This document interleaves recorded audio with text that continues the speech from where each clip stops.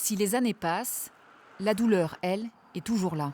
C'est constant, on n'a plus la même vie, de toute façon. Le quotidien a changé, on y pense tous les jours. Dans la nuit du 29 au 30 octobre 2022, Thomas Siré, 19 ans, est retrouvé mort sur cette route de Saint-Georges de Montaigu. Plus de 3 ans après, les questions de ses proches sur les circonstances de son décès restent sans réponse. On ne sait pas ce qui s'est passé. Est-ce qu'il a souffert? Voilà, tout ça, on est dans le flou et c'est un cauchemar tous les jours. Il y a peut-être des témoins qui ont eu écho de ce qui s'est passé, qui se taisent. Et nous, on est là, ce panneau, c'est la signification de ça en fait. Thomas, il est décédé ici. Si vous savez quelque chose, parlez s'il vous plaît. En juin 2023, une information judiciaire contre X est ouverte avec le chef d'homicide involontaire par conducteur, avec délit de fuite et omission de porter secours. Aujourd'hui, l'instruction se poursuit.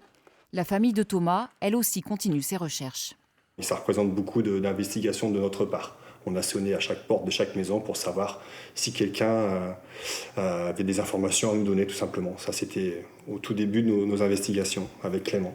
C'est un travail qui est usant émotionnellement. On est persuadé qu'un jour on aura des réponses. Et donc si ça doit passer par notre travail, nous on fera notre maximum. On sait que les enquêteurs travaillent aussi, mais nous on ne peut pas rester les bras croisés à rien faire. Des recherches quotidiennes, mais aussi cette marche blanche en octobre 2023. Des messages, des vidéos postées sur les réseaux sociaux.